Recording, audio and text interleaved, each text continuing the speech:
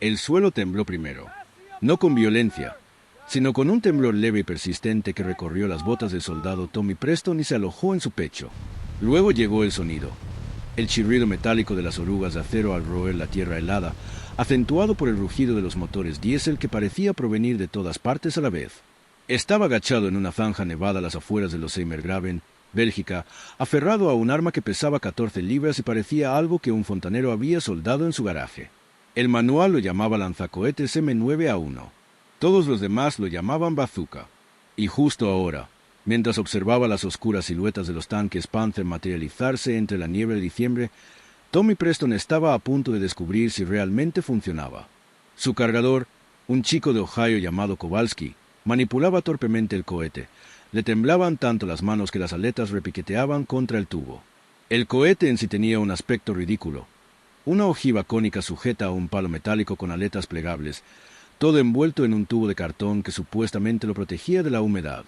Solo que llevaban 3 horas tirados en esa zanja, y todo estaba mojado. Las baterías de los antiguos lanzadores M1 ya estaban muertas de frío. Al menos el M9 tenía ese nuevo sistema de encendido por magneto. Al menos se suponía que funcionaba a temperaturas bajo cero. Al menos. Esa palabra seguía dando vueltas en la cabeza de Tommy como monedas sueltas en una lata.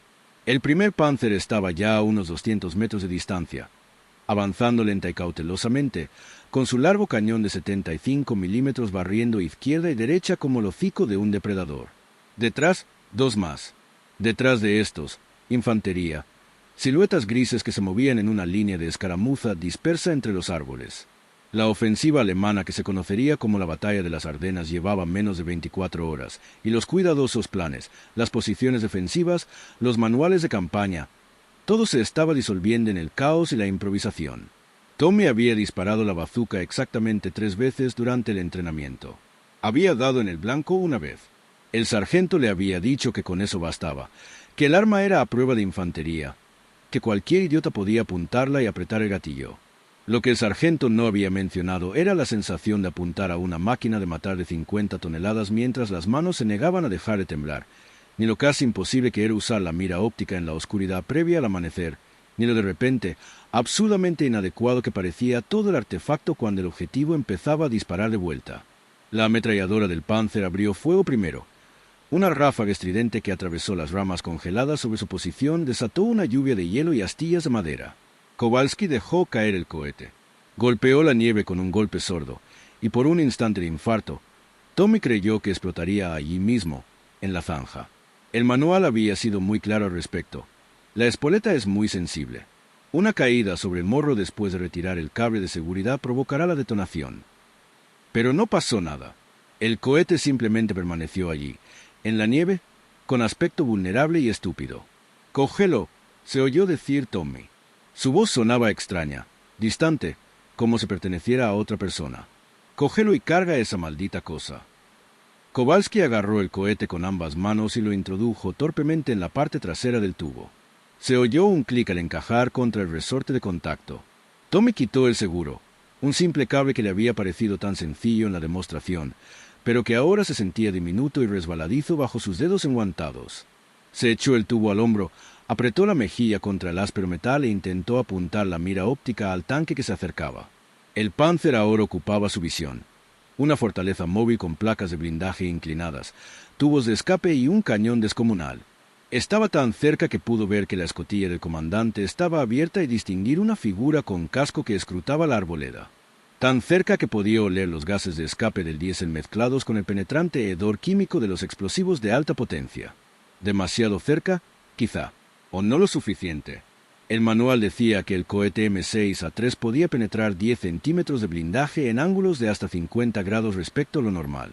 El blindaje frontal de un Panzer era de 80 milímetros, más de 7 centímetros, pero tenía una inclinación de 55 grados. El cálculo era complicado. La realidad era más simple. Los disparos frontales eran prácticamente inútiles. Necesitaba un disparo lateral. Necesitaba que el Panzer girara.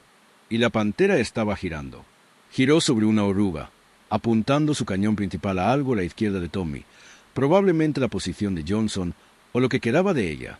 El movimiento expuso el flanco del tanque, 50 milímetros de blindaje vertical. vulnerable, destructivo. Tommy apretó el gatillo. La bazuca se disparó con un chasquido agudo y una ráfaga de gases de escape calientes que salieron disparados del tubo formando un cono de llamas y partículas de propelente ardientes. Incluso con el diseño mejorado, incluso con el eflector de destellos que se suponía protegía al artillero, Tommy sintió el calor abrasador en su mano derecha, donde el guante se había roto. El cohete saltó hacia adelante con un silbido de propelente en ignición, desplegando sus aletas al salir del tubo, estabilizando el proyectil en una trayectoria casi recta. 265 pies por segundo. Eso decía el manual. Parecía rápido hasta que veías el cohete deslizarse por el aire hacia un objetivo que ya empezaba a moverse, apuntando con su enorme cañón hacia ti. El cohete impactó a baja altura sobre el casco del Panther, justo por encima de las vías. Durante una fracción de segundo, no ocurrió nada. Entonces, la carga hueca detonó. Para comprender lo que sucedió después, es necesario comprender algo notable sobre la física de la destrucción. La bazuca no dependía de la fuerza bruta ni de la alta velocidad como un cañón antitanque convencional. Utilizaba el llamado efecto Monroe, un principio descubierto décadas antes, pero que solo se utilizó como arma en el crisol de la Segunda Guerra Mundial. La ojiva del cohete contenía una cavidad hueca revestida de cobre, con la forma de un cono preciso. Al detonar el explosivo, el cono colapsado concentraba la energía de la explosión en un chorro sobrecalentado de metal fundido.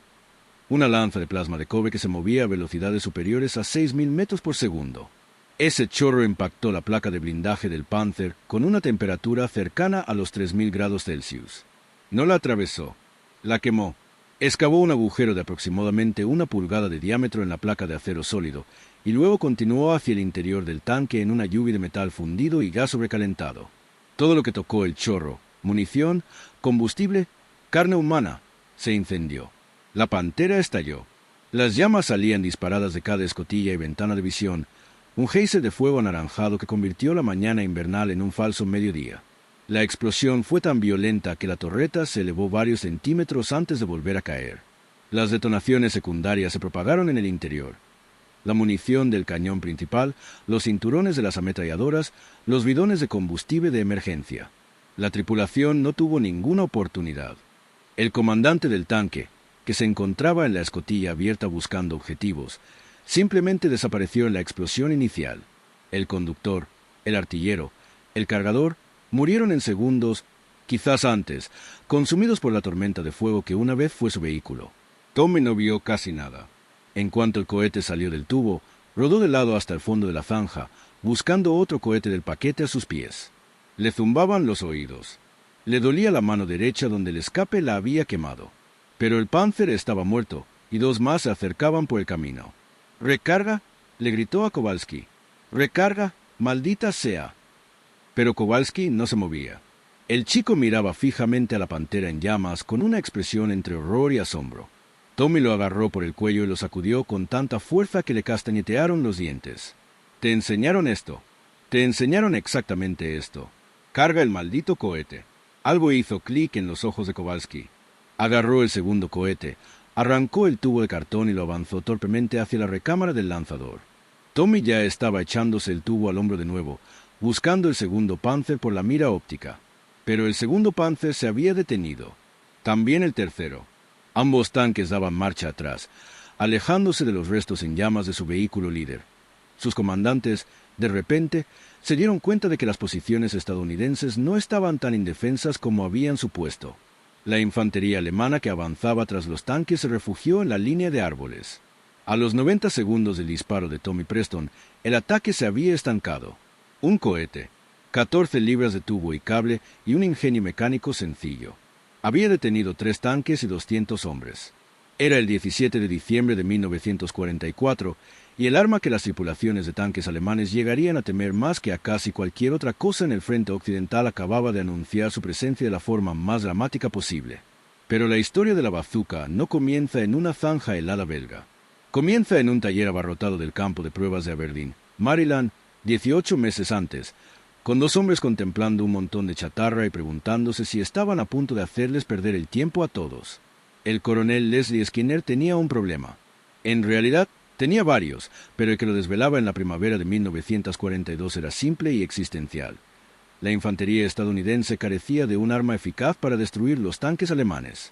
El fusil antitanque estándar, un arma de alta potencia de calibre 50 que, en teoría, podía penetrar blindaje ligero, ya estaba obsoleto frente a los nuevos modelos de Panzer que aparecían en el norte de África. El cañón antitanque de 37 milímetros era portátil, pero de poca potencia. El nuevo cañón de 57 milímetros podía cumplir su función, pero pesaba casi 1.300 kilos y requería un vehículo para transportarlo.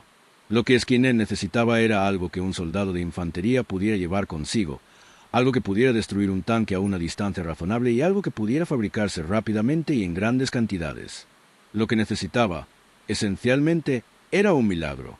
El teniente Edward Hull, un joven ingeniero recientemente asignado a la unidad de proyectos especiales de Skinner, se preocupaba menos por los milagros que por la mecánica práctica. Llevaba semanas trabajando con Skinner en un arma antitanque portátil, intentando descubrir cómo lanzar una granada de carga hueca, el mismo tipo que ya se utilizaba en granadas de fusil, con la velocidad y estabilidad suficientes para alcanzar un objetivo en movimiento a distancia de combate. La carga hueca en sí misma era una tecnología probada. Llevarla del soldado al tanque era la parte difícil. Habían probado lanzadores de resorte, demasiado débiles. Habían probado cargas de pólvora, demasiado peligroso y complicado.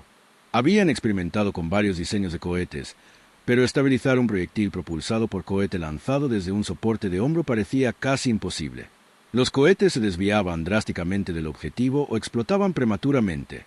Entonces, una tarde de mayo de 1942, pasaba junto a un montón de chatarra en el campo de pruebas cuando vio un trozo de tubo de acero de unos 5 centímetros de diámetro. Lo recogió, le dio vueltas en las manos, y tuvo uno de esos extraños y cristalinos momentos de comprensión que a veces marcan el caos de la investigación militar. ¿Y si el tubo no fuera solo un contenedor? ¿Y si fuera el arma? La idea era casi absurdamente simple.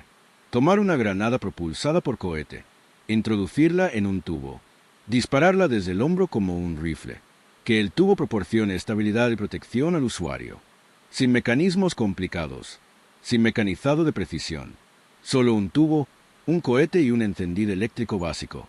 Le planteó la idea a Skinner. Skinner, en su defensa, no se rió. En cambio, le pidió a Hull que construyera un prototipo. Tardó una semana. El primer modelo de prueba era rudimentario, poco más que un tubo con miras de hierro rudimentarias y un trozo de cable conectado a una batería de celda seca. El cohete era aún más rudimentario. Una ojiva de carga hueca, recuperada de diseños de granadas existentes, montada en un tubo con simples aletas de varilla para estabilizarla. El propulsor era pólvora de cohete estándar. Todo el artefacto parecía algo que un aficionado podría improvisar en un sótano.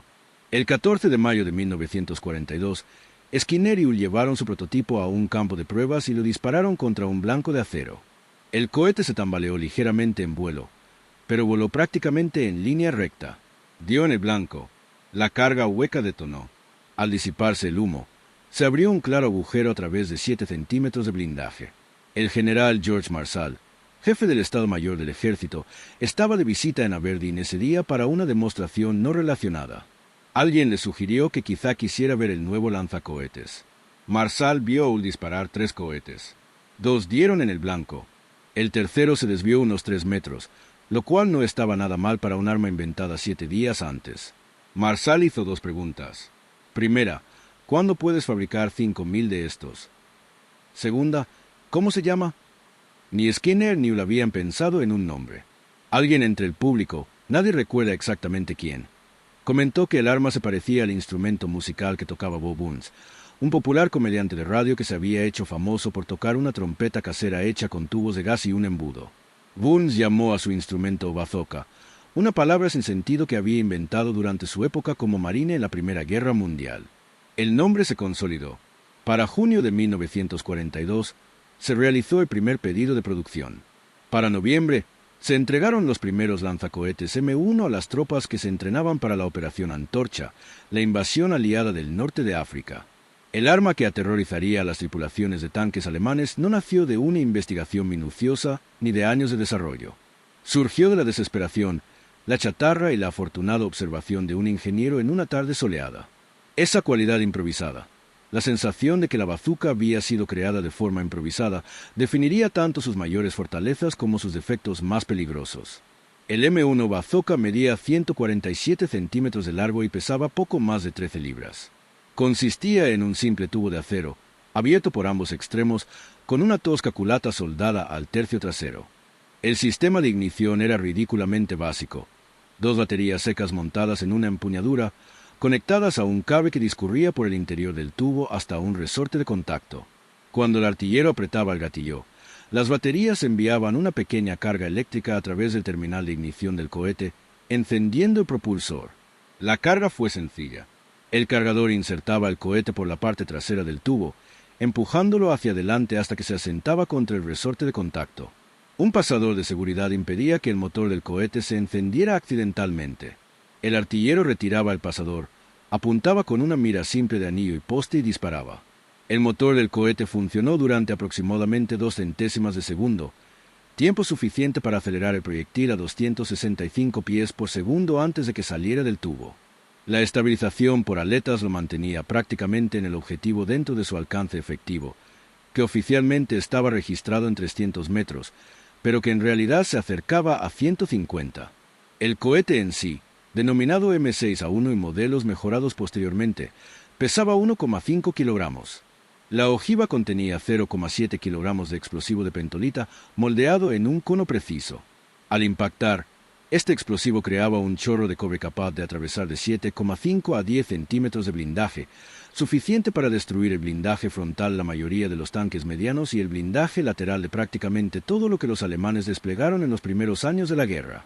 En teoría, fue revolucionario. En la práctica, fue aterrador para todos los involucrados. El primer problema era la precisión. La bazuca no tenía estrías, ni un sistema de guía sofisticado, ni forma de corregir su trayectoria una vez que el cohete salía del tubo. El viento, la lluvia, el más mínimo golpe durante el lanzamiento.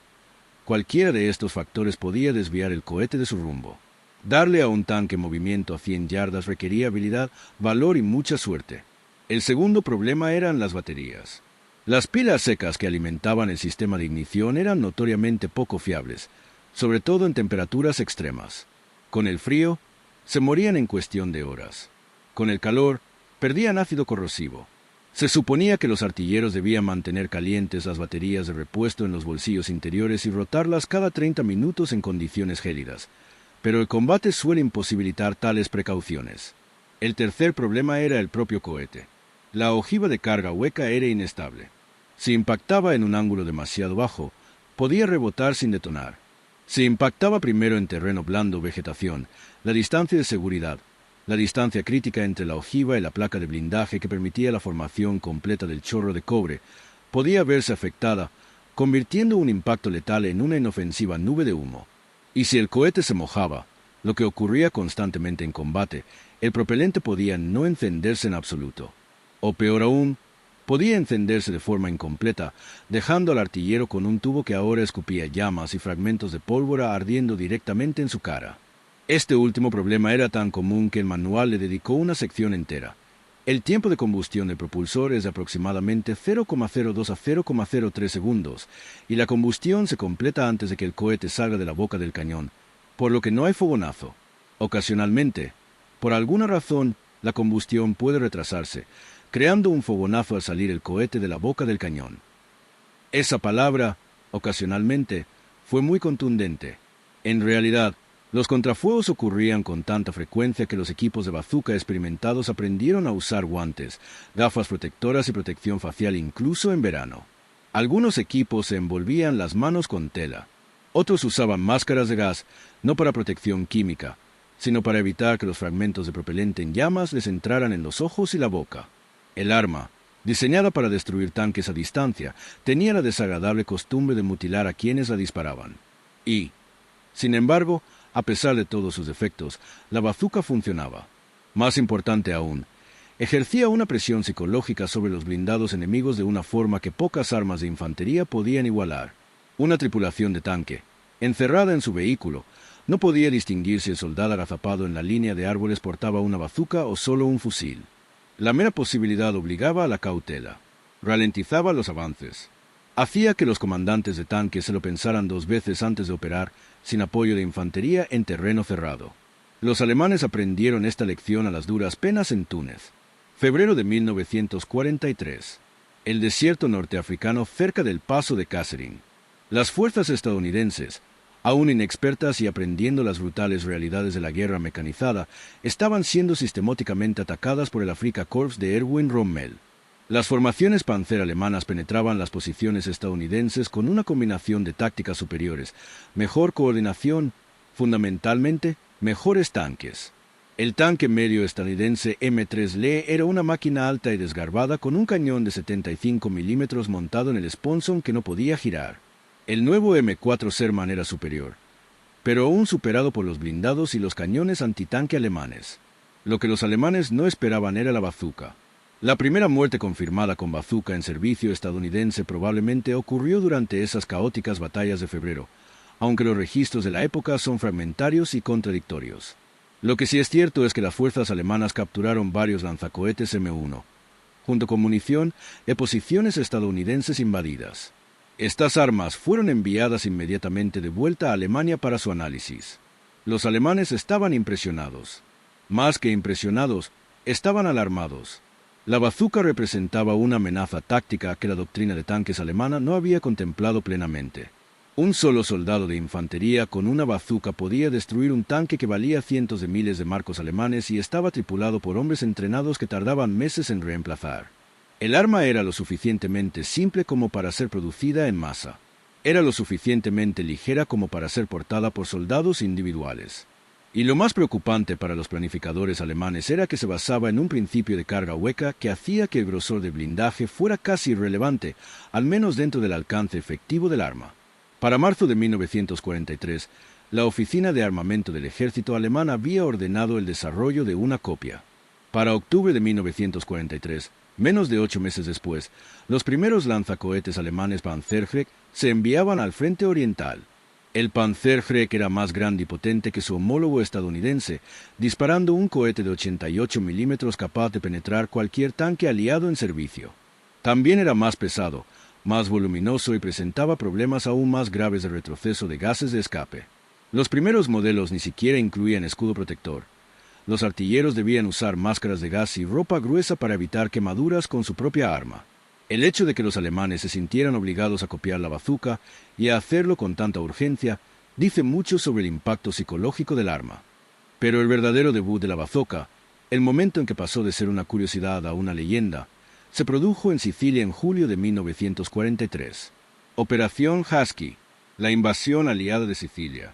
Paracaidistas estadounidenses de la 82ª División Aerotransportada se dispersaron por la isla en la oscuridad previa al amanecer, irremediablemente dispersados por los fuertes vientos y el fuego enemigo, aterrizando a kilómetros de sus zonas de lanzamiento previstas. Entre ellos se encontraba el coronel James Gavin, quien se encontró al amanecer del 11 de julio con un grupo mixto de unos 250 paracaidistas, algunos de su propio 55º Regimiento de Infantería Paracaidista, otros de diversas unidades, todos desorganizados, ligeramente armados y defendiendo un cruce de caminos cerca de la ciudad de Gela. Ese cruce de caminos era crucial. Era la ruta principal desde el interior de Sicilia hasta las playas de invasión, donde la infantería estadounidense luchaba por expandir su cabeza de playa. Si los blindados alemanes lograban abrirse paso a través de la posición de Gavin, podían frenar los desembarcos estadounidenses y potencialmente lanzar la invasión al mar. Aproximadamente a las 10 de la mañana, aparecieron en la carretera panzers alemanes de la división Hermann Göring. El recuento oficial varía según la fuente, pero la mayoría coincide en que había al menos 6 tanques, una mezcla de Panzer IV y posiblemente un Tiger, aunque este último detalle sigue siendo controvertido. Lo que no se discute es que los paracaidistas de Gavin estaban desesperadamente superados en número y armamento. Lo que sí tenían eran bazucas. Quizás 8, quizás 10. La mayoría de los equipos nunca habían disparado el arma en combate. La batalla duró 3 horas. Los paracaidistas dejaron que los primeros tanques se acercaran, aterradoramente cerca, a menos de 50 metros, antes de abrir fuego. Los cohetes atravesaron el polvoriento paisaje siciliano. Algunos fallaron, otros impactaron, pero no lograron penetrar. Pero suficientes funcionaron. Suficientes quemaron el blindaje y convirtieron el interior de esos Panzer en hornos. Un Panzer IV recibió 3 impactos antes de detenerse. Un equipo de bazucas, liderado por un sargento de Ohio, cuyo nombre se perdió en la historia, se arrastró por una zanja de drenaje para disparar lateralmente a un tanque que había superado las líneas estadounidenses. Disparó desde menos de 30 metros, tan cerca que los fragmentos de la explosión salpicaron su posición. El tanque se incendió y su munición se descompuso en una serie de explosiones secundarias que hicieron que la torreta se estrellara contra un viñedo cercano. A primera hora de la tarde, el ataque alemán se había estancado. La división Germán Göring se retiró, dejando 4 tanques destruidos y humeantes en el camino. Las bajas estadounidenses habían sido cuantiosas, docenas de muertos y muchos más heridos. Pero la posición se mantuvo. Las playas de invasión estaban seguras. Cuando la noticia de la acción llegó al cuartel general aliado, desató un gran interés en el rendimiento en combate de la bazuca. Era una prueba contundente e irrefutable de que la infantería podía plantar cara a los blindados y contaba con el arma adecuada y el coraje para usarla correctamente. Pero el coraje era la variable clave, el único factor que ningún manual podía enseñar y ningún entrenamiento podía garantizar. Usar una bazuca en combate requería un temple especial. Había que dejar que el tanque se acercara, mucho más de lo que el instinto indicaba que era seguro. Un Panzer a 300 metros era solo una silueta lejana, fácil de pasar por alto, fácil de ignorar. Un Panzer a 75 metros era un apocalipsis móvil, con orugas chirriantes, fuego de ametralladora y ese largo cañón apuntando hacia tu posición. Cada segundo dedicado a apuntar era un segundo que el comandante del tanque tenía para localizarte, informar por radio tu posición a su artillero y apuntar con el cañón principal. La reacción natural del soldado de infantería ante un tanque era correr, atrincherarse más, rezar para que el monstruo pasara de largo sin verte. Usar una bazuca significaba hacer lo contrario. Ponerse de pie, cargar el cañón al hombro, exponerse al fuego enemigo y atraer deliberadamente la atención del enemigo más peligroso del campo de batalla. La mayoría de los soldados no podrían hacerlo. No es una crítica, sino un reconocimiento de la psicología humana bajo el estrés del combate. Incluso las tropas bien entrenadas se paralizaban al llegar el momento, encontraban razones para esperar, para contener el fuego, para dejar pasar el tanque. La diferencia entre un soldado con una bazuca y un equipo de bazucas eficaz residía en la diferencia entre el equipo y la capacidad. Los hombres que sí lo usaron con eficacia, hombres como Tommy Preston en los Heimergraven, como el sargento anónimo en Sicilia, como miles de otros cuyos nombres solo aparecen en informes posteriores a la acción y condecoraciones, compartían ciertas cualidades. Podían contener el pánico el tiempo suficiente para apuntar. Podían calcular ángulos y distancias mientras el fuego de las ametralladoras destrozaba el suelo a su alrededor. Poseían esa rara combinación de competencia técnica y valentía agresiva que marca la diferencia entre sobrevivir al combate y ganarlo. A finales de 1944, mientras las fuerzas aliadas avanzaban hacia Alemania, las tácticas de bazuca habían evolucionado considerablemente desde aquellas primeras improvisaciones en el norte de África y Sicilia. Las unidades habían aprendido, generalmente a través de la amarga experiencia, que funcionaba y que no. Las lecciones estaban escritas con sangre, pero fueron efectivas. Primero, paciencia. Espera el disparo lateral. Los ataques frontales contra tanques pesados eran casi inútiles. El blindaje era demasiado grueso y los ángulos demasiado estrechos. Disparos laterales y traseros. Eran oportunidades de oro que merecían un riesgo considerable. Segundo, trabajo en equipo. La dotación de 2 hombres para bazooka era el mínimo, pero las unidades inteligentes asignaban 4 o 5 hombres al equipo, cargadores adicionales, seguridad y alguien para vigilar a la infantería que acompañaba a los tanques. Tercero, posicionamiento. Combatir desde edificios era una apuesta calculada. La explosión en un espacio cerrado podía ser letal, pero el ocultamiento y la protección a menudo valían la pena. Los mejores equipos perforaban múltiples muros para crear tanto posiciones de tiro como rutas de escape. Cuarto, volumen. Un cohete era una apuesta arriesgada. 3 cohetes al mismo objetivo eran una garantía. Las unidades con suficiente munición aprendieron a concentrar sus bazucas, impactando tanques con múltiples cohetes en rápida sucesión. Y quinto, aceptación. No todos los disparos funcionarían. Los cohetes fallarían. Las baterías se agotarían. La carga hueca no penetraría. La única respuesta era cargar otro cohete y disparar de nuevo. Estas lecciones salvaron vidas. Pero no pudieron cambiar la realidad fundamental. Usar una bazuca significaba acercarse peligrosamente a algo diseñado para matarte. Lo cual nos lleva de vuelta a Bélgica. a diciembre de 1944, a la Batalla de las Ardenas. Cuando Hitler lanzó su última gran ofensiva en Occidente, empleó lo mejor de las fuerzas blindadas restantes de Alemania. Divisiones Panzer SS completas, equipadas con los tanques más modernos, apoyadas por las armas antitanque más modernas y lideradas por comandantes que habían aprendido su oficio en el frente oriental. Abrieron fuego contra las posiciones estadounidenses, ocupadas principalmente por tropas inexpertas, unidades de descanso y formaciones de retaguardia. Los ataques iniciales lograron una completa sorpresa táctica. Los tanques alemanes atravesaron las destrozadas líneas estadounidenses, penetrando profundamente en Bélgica, amenazando con dividir a los ejércitos aliados y recuperar el vital puerto de Amberes. La respuesta estadounidense fue caótica, desesperada y, en última instancia, heroica. Las unidades fueron enviadas a posiciones de bloqueo con mínima preparación. Las líneas de suministro se evaporaron. Las comunicaciones se interrumpieron. Y, sin embargo, la línea resistió, apenas en algunos lugares, pero resistió. La bazuca desempeñó un papel crucial en esa defensa. Las unidades rodeadas utilizaron sus lanzacohetes para defender cruces de caminos y puentes, intercambiando tiempo por espacio, debilitando el avance alemán en docenas de pequeños y feroces combates. Equipos de cazatanques acechaban a los Panzers y Tigers a través de bosques nevados, disparando desde emboscadas y luego retirándose a nuevas posiciones. El saldo fue terrible. Los equipos de bazuca tenían una corta esperanza de vida. Los alemanes aprendieron a suprimir las posibles posiciones de fuego con armas automáticas antes de desplegar los blindados. Los comandantes de tanques se atrincheraron, limitando su visibilidad, pero también su vulnerabilidad. La infantería alemana aprendió a avanzar rápidamente por delante de sus Panzers, despejando presuntos puntos de emboscada con granadas y fuego de ametralladora.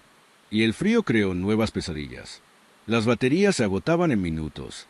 Los cohetes no se encendían. Las piezas metálicas se volvían quebradizas. Los hombres que intentaban cargar cohetes con los dedos congelados los dejaban caer en la nieve. Algunos equipos recurrían a guardar baterías de repuesto dentro de la ropa, pegadas a la piel, solo para mantener el calor suficiente para 1 o 2 disparos. Otros descubrieron que las miras ópticas se empañaban instantáneamente al pasar del frío exterior al calor del aliento humano, lo que los obligaba a apuntar con miras de hierro rudimentarias, casi invisibles en la tenue luz invernal. Pero seguían luchando, seguían disparando, y, a veces, los cohetes volaban en línea recta, las cargas huecas funcionaban y los tanques alemanes ardían en la nieve. Tommy Preston sobrevivió a la batalla de las Ardenas. Disparó 8 cohetes durante los combates de diciembre, logró 3 impactos confirmados y 2 bajas probables. Su mano derecha lució cicatrices de quemaduras para el resto de su vida, recuerdos imborrables del temperamental sistema de escape de la bazuca. Nunca habló mucho de la guerra después de regresar a casa. Cuando sus nietos preguntaban, les mostraba las cicatrices y decía algo vago sobre fallas del equipo, para luego cambiar de tema. Murió en 1998, 2 semanas antes de cumplir 76 años. El obituario del periódico local mencionó su servicio, pero no ofreció detalles. Solo otro veterano, solo otro nombre, solo otro hombre que había hecho algo extraordinario en un momento en que lo extraordinario era el requisito mínimo para sobrevivir. La propia bazooka tuvo un legado más largo pero igualmente complicado. El arma demostró su valor en la Segunda Guerra Mundial, destruyendo miles de vehículos enemigos y cambiando radicalmente las tácticas antitanque de la infantería. Pero nunca fue suficiente. La ojiva de 2,36 pulgadas tuvo dificultades contra los pesados tanques alemanes que aparecieron en los últimos meses de la guerra. Contra un King Tiger, la bazooka era poco más que un arma psicológica. Podía asustar a la tripulación, incluso acertar con un golpe de suerte en un blindaje delgado o una portilla de observación, pero no podía penetrar con fiabilidad el enorme blindaje de los tanques más pesados de Alemania. Corea dejó brutalmente en evidencia las limitaciones de la bazooka. Cuando los tanques norcoreanos T-34-85 cruzaron el paralelo 38 en junio de 1950, las tropas estadounidenses descubrieron que sus bazucas, los mismos modelos M9A1 que habían servido en Europa, eran prácticamente inútiles. El T-34, de fabricación soviética, tenía un blindaje inclinado que neutralizaba el reactor de carga hueca casi a quemarropa. Desesperados equipos de bazucas se encontraron disparando cohete tras cohete contra los tanques que avanzaban, viendo cómo las ojivas explotaban inofensivamente contra el blindaje y luego morían mientras los T-34 invadían sus posiciones. La solución fue el M-20 Super Bazooka, un arma más grande que disparaba un cohete de 8,9 centímetros con una penetración significativamente mejorada. Pero incluso eso era una solución provisional. El futuro estaba en los misiles guiados por cable, los fusiles sin retroceso. Con el tiempo, en los misiles guiados antitanque portátiles como el TW y el Dragon. El sencillo concepto de tubo y cohete, que parecía tan revolucionario en 1942, quedó obsoleto en la década de 1960. Pero obsoleto no significa olvidado. Recorra el arsenal de cualquier ejército moderno y verá a los descendientes de la bazooka por todas partes. El RPG-7, el arma antitanque más ampliamente distribuida de la historia, es un descendiente conceptual directo. El M-72 LAV, usado por la infantería estadounidense en Vietnam, era una bazooka desechable, reducida a sus elementos esenciales. Incluso sistemas modernos como la 4 y el Carl Gustav deben algo a esa idea original de Edward Hull, la idea de que un tubo, un cohete y coraje podían derrotar a los blindados. Los alemanes, sin duda, nunca lo olvidaron. El Panzergre que desarrollaron a partir de bazucas capturadas en 1943 evolucionó hasta convertirse en toda una familia de armas antitanque alemanas. Y el impacto psicológico, el saber que cualquier soldado de infantería, en cualquier posición, podía portar un arma letal para tanques, alteró fundamentalmente la doctrina táctica alemana durante el resto de la guerra. Los comandantes de tanques se volvieron más cautelosos. Las pantallas de infantería se volvieron obligatorias. Las tácticas Panzer, despreocupadas, de los primeros años de la guerra dieron paso a enfoques más deliberados de armas combinadas, que asumían que el otro bando podía herirte, incluso en combate cuerpo a cuerpo. Hay una fotografía, en blanco y negro, granulada, tomada en algún lugar de Bélgica a finales de diciembre de 1944. Muestra a un soldado estadounidense agazapado en una trinchera llena de nieve, con una bazuca sobre las rodillas y el rostro casi completamente oculto por la capucha de su parca. Detrás de él, apenas visible entre la nieve que cae, se ve el casco quemado de un tanque Panzer. No se le ven los ojos. No se ve si está asustado, aliviado o simplemente entumecido por el frío y el agotamiento. Ni siquiera se sabe si fue él quien destruyó el tanque o si simplemente se está refugiando cerca de los restos. Pero se puede ver la bazuca. Se puede ver cómo la sostiene. No con naturalidad ni descuido, sino con una familiaridad sombría, como quien sostiene una herramienta que ha usado muchas veces y que podría necesitar volver a usar.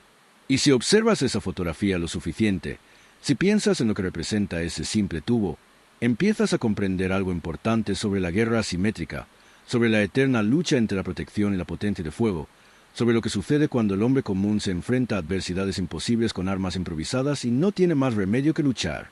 El lanzacohetes que aterrorizaba a las tripulaciones de los Panzer alemanes no era aterrador por su sofisticación, era aterrador por su democratización. Puso la capacidad de destruir tanques en manos de cada soldado de infantería. Convirtió cada trinchera, cada edificio, cada línea de árboles en una amenaza potencial. Hizo vulnerables a los blindados de maneras que la doctrina y la táctica no podían abordar.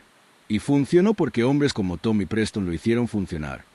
No porque el arma fuera perfecta, no porque las probabilidades fueran favorables, sino porque cuando llegó el momento, cargaron el cohete, apuntaron el tubo y apretaron el gatillo. La bazuca, un trozo de tubería, un cohete y el coraje de usarlo. A veces, eso basta para cambiarlo todo. Si esta historia le conmovió, si te hizo apreciar de nuevo a los hombres que lucharon con cualquier arma, tómate un momento para darle me gusta a este video. Suscríbete para escuchar más historias sobre las innovaciones olvidadas y las improvisaciones desesperadas que moldearon el desenlace de la Segunda Guerra Mundial. Y en los comentarios, cuéntame sobre el arma o la batalla de la que te gustaría saber más, porque estas historias importan. Estos sacrificios importan. Y mientras lo recordemos, los hombres que los crearon nunca se habrán ido del todo.